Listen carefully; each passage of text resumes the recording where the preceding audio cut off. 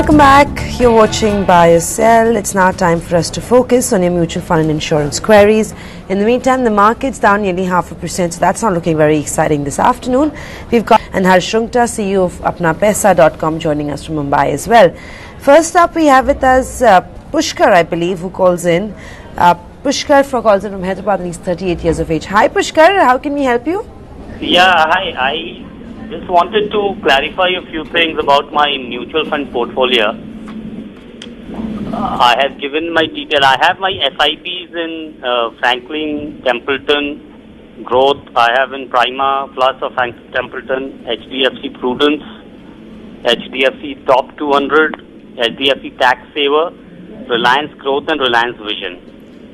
I contribute about 22,000 towards all these SIPs per month.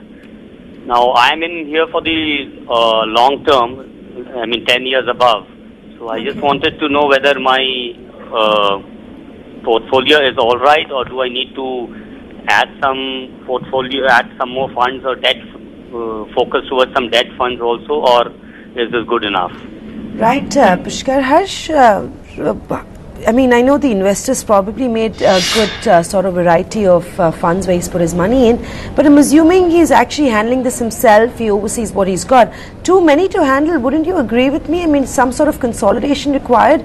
The sort of investment he's making monthly is fairly good, I think, but then again, how does one actually decide whether or not that's too much is really too much? Yeah, well, so I think it will also depend on how much he invests every month, but I think Pushkar raised a very valid concern right at the end. He spoke about should he be looking at certain fixed income funds as well. Now clearly I think asset allocation, that means how much money towards debt and how much money towards equity, is something that you do before you decide on which funds. So clearly if he's reasonably young at 38 and he has a fairly long term mindset, he said more than 10 years. So clearly if at all he desires a fixed income allocation, then he should look at equity oriented balanced funds. Things like HDFC Prudence, which is already there in his portfolio. But essentially too many funds, I think he can probably consolidate in 4. One is HDFC Prudence, HDFC Top 200, the Franklin India Blue Chip, as well as the HDFC Tax Saver, at least for this year, and possibly he can stop the SIPs on the others and shift them to this. Since he desires probably to increase his fixed income exposure, possibly he can shift it to HDFC Prudence. Chaudhary is joining us now from Durgapur in Kolkata. Chaudhary, hi sir. Afternoon. Ask your question. Mr. Chaudhary, if you can hear me, go ahead sir. Ask your question. Hello. I am Jan Chaudhary, talking from Durgapur. Yes, okay, sir. I have purchased 19 rupees 95 at Reliance Tax Saver mutual fund. Right. But it is now I want to systematic investment this plan. But I want to know from you the future of this plan. What will be the target in the near term? Well, mutual funds are not like stocks, so you cannot predict targets, at least from a long-term or short-term point of view. These are investment vehicles which have to be held on for the long term. So this is one doubt if you have. I just want to clear it, that please do not look at these as short-term trading opportunities. You'll be disappointed. Jen, Harsh, what's your opinion? Just one mutual fund isn't enough, and of course the investor had some doubts, but what would you say when it comes to his portfolio? Lot needs to be done. Yeah, well, clearly there isn't a portfolio in the sense of a portfolio. Clearly both the investments are from a tax saving perspective, and sometimes when you just invest, as Jayan said, the March effect can be pretty dangerous for your investment returns. So even if tax of course is a very important consideration when investing, but that cannot be the only consideration, which I think is the issue that Jayanta has. If he wants to continue investing in tax saving funds, I think another good option probably would be the Fidelity Tax Advantage plan. and obviously he cannot switch from Reliance if the 3-year lock-in period is still not over, and if that is over, he should shift to a large cap or a diversified fund like HDFC Top 200 or HDFC Equity, etc. LIC Market Plus, again, like most ULIP plans, it's not clear when he has taken it, but most of the costs are upfront. So going forward, the costs are reasonable. But I think the interesting thing about particularly this ULIP plan is that the returns have been extremely mediocre. I mean, we've had about 12% annualized returns, and if you look at any reasonably performing diversified equity fund, a 3-year point-to-point return would not have been less than 30% for the last 3 years. So I think clearly the returns have not been good. Subject to the tax implications being studied, he should consider switching to some other fund. Well, that's the advice coming in, Jayanta. Next up, we have an email from Shikha Agarwal, and I'm just going to quickly run through what she owns on her portfolio. She's got HDFC Top 200, HDFC Equity, DSP BlackRock Top 100 Equity, DSP BlackRock Equity, Reliance Growth, Reliance Banking Fund, Reliance Pharma Fund, Reliance Regular Savings Equity, and UTI Dividend Yield. Jayant, what is this coming in to avoid some sort of duplication? You want to consolidate that HDFC fund that you're invested in, and of course increase. Mr. Rungta, what is your call on Shikha's portfolio? Do you like it? And if yes, that's fantastic. If not, what are the kind of changes you're recommending her on? Yeah, I think broadly the portfolio is pretty good. I mean, it's a mix of primarily a large cap. She has a couple of mid caps and 2 sectoral funds, which is a little unusual. But fortunately for her, both the sectors have done quite well. Both Reliance Banking and Reliance Pharma has done well. I would suggest that she should do some amount of consolidation. Just way too many funds, and I think the consolidation can be around HDFC Top 200, HDFC Equity, Reliance Regular Saving Fund, and the UTI Dividend Yield Fund. I mean, primarily all of them are very large cap, can continue. It has inherent risks that are larger than the overall risks in equity. As long as you remember that, I think that's okay. If she wants an exposure in mid cap and small cap, possibly look at IDFC, Premier Equity, or ICICI Prudential Discovery. Shikant, if you can hear me, go ahead, ask your question. Yes, so for the last 3 years, I've been investing 34,000 per month, and just now I've increased the SIP allocation to 50,000 per month as per the following details I sent on email. So can you please suggest if this is the right allocation at this stage, and if I continue the same pattern of investment for the next 20 years, how much can I expect in terms of returns? And since infra is down and out, would you recommend getting into infra at this stage, and also any suggestions on gold ETF, please? Well, first, a question from my side. Why do you want to get into the infra space? Secondly, any particular reason for acquiring thematic funds like Reliance Media and Entertainment Fund, even Reliance Pharma Fund? Any particular motive behind buying sector or thematic funds? Actually, it was purely out of ignorance. I was at an early stage. I was told to invest in SIP. I just picked up various sectors, but then I got some inputs to consolidate, and now, in fact, I've consolidated and put in more into blue chip and large caps. So that is why I just wanted suggestions if I have to discontinue any of these. Because I'm seeing decent returns of 10%, but infra has knocked me down and I removed some of them from my portfolio. Right. But when it is down, I think, do you suggest getting in at this stage in infra? Okay, not only for infra, but for any thematic or sector specific fund, unless you have the capability to track the sector, I wouldn't suggest getting into it. But Jain, Harsh, my question to you is not related to the thematic funds. Jain more or less already answered, but for investors who don't generally track the market so closely, does it make sense to be in a mid-cap fund, or do you think flexi caps make more sense, which again gives the fund manager the flexibility to shift between the large and the mid-cap, or even small caps whenever the markets turn the way they are?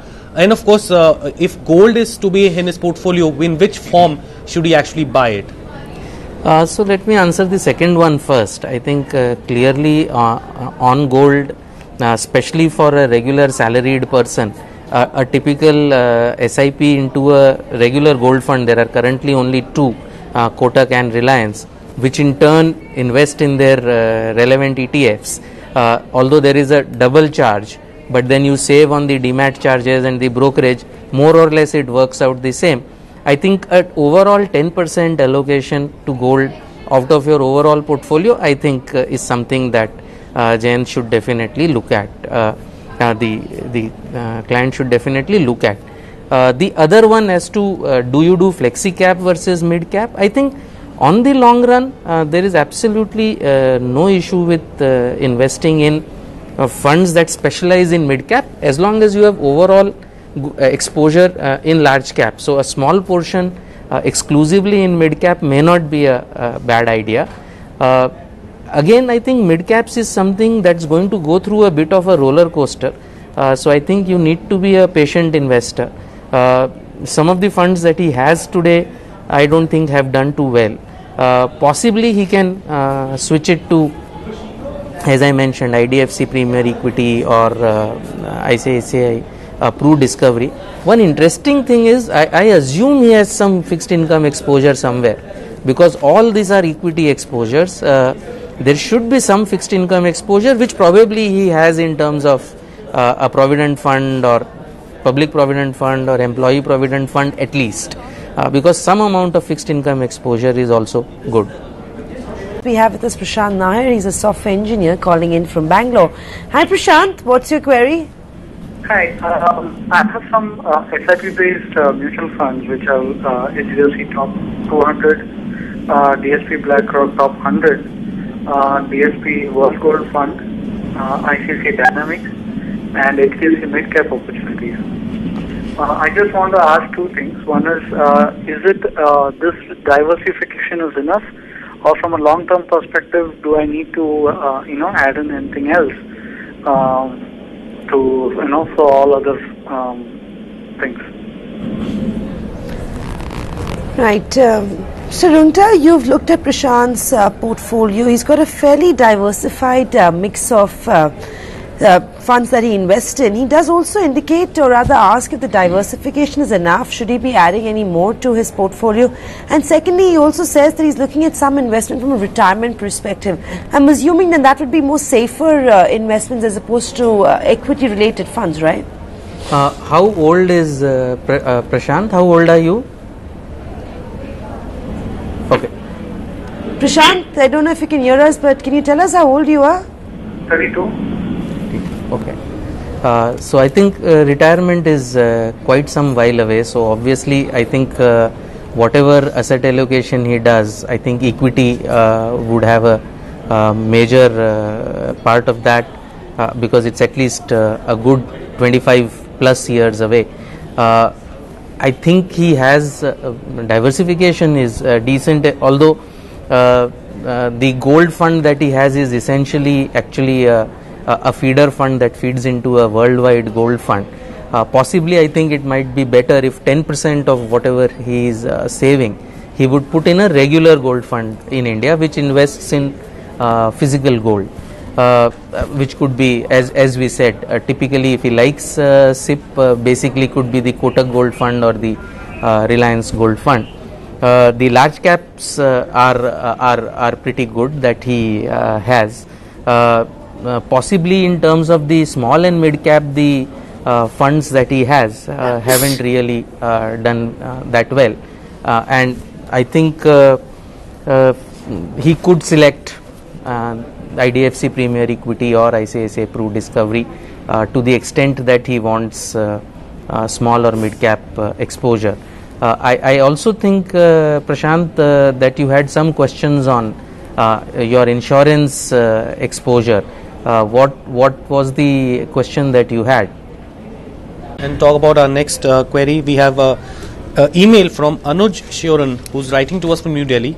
Now, he holds a pretty vast portfolio. Franklin India Blue Chip, he holds HDFC Top 200, HDFC Equity Fund, HDFC Prudence, IDFC Premier Equity, Sundaram Select Mid Cap and Reliance Regular Savings Funds.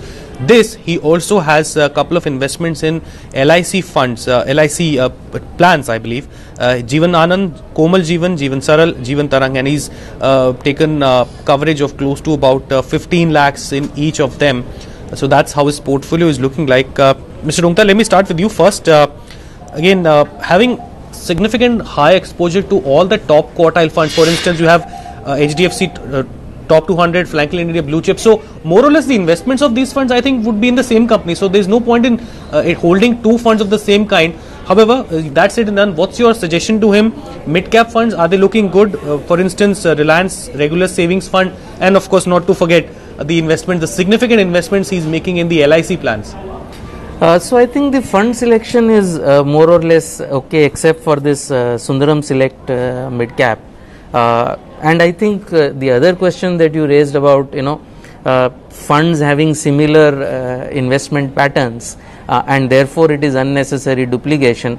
I think people just feel comfortable even if they invest in similar companies to do it through two funds. As long as you select the top quartile funds, I think that gives them mental diversification, if not real diversification. So I think that's quite okay. The interesting thing here is the life insurance investments that he has made. All of them are clearly endowment policies, and I mean he's paying a fair amount of money, almost I think 20,000 rupees a month for all these endowment plans. Now, we are not clear when did he start them, but if we were to start them today, his return on them would be 5 to 6% max, and plus the insurance coverage that he gets would be probably be inadequate from the amount of investment he is making. Clearly, the income levels are pretty high. So, I think one of the first things that he should definitely do is to buy adequate insurance, which should typically be a term plan that he goes and buys online, which is the cheapest form of insurance, and it's now pretty cheap available online. As far as these existing investments in the insurance schemes are concerned, I think it will require a little more detail to find out what their current surrender values are and what are the likely estimated maturity values. But I suspect if he has been in these schemes for the last 3-4 years, he'll probably just have to continue, because the loss that he will incur on surrendering would be high. If he continues, he'll probably, assuming surrender value as the initial investment, he'll probably get a 7.5% return. Some assumptions in that, so he should consult a professional on whether to continue with these policies or not. But don't forget the adequate term plan. I think that's most important for him. Harsh, your suggestion for Deepak? Yeah, so I think he could go by what Jayant has said, or if he wants to shift to HDFC Top 200, that's not a bad idea either. I think he can look at that also. I think among the three funds he has, the better performing one only has been the Reliance Equity Opportunity Fund. There was a question that he had asked regarding silver as well. Was that a question there on silver? No, apparently he didn't have a question on silver. Okay, I think he had a question on if there is any fund, an ETF that is available. Harsh, anything available? No, there's no silver fund available. I think it's fallen between the regulatory issues, and because of that no silver fund is available. Of course, if he wants to invest in silver, he should think long and hard about whether he should invest in silver. But if he does want to invest in silver, should look at the e-silver units, the e-silver that he can buy on the National Spot Exchange. He'll have to go open a broking account with a NSCL broker and a separate demat account for that. But that's a good way to invest in silver if at all he wants to do it. Okay. I'm going to leave it at that. Gentlemen, thank you so much for your time. It's always a pleasure having you with us on our show. Have a great week, and we'll see you next week. With that, we come to an end of this edition of Buy or sell, but stay with us. Lots more coming up next.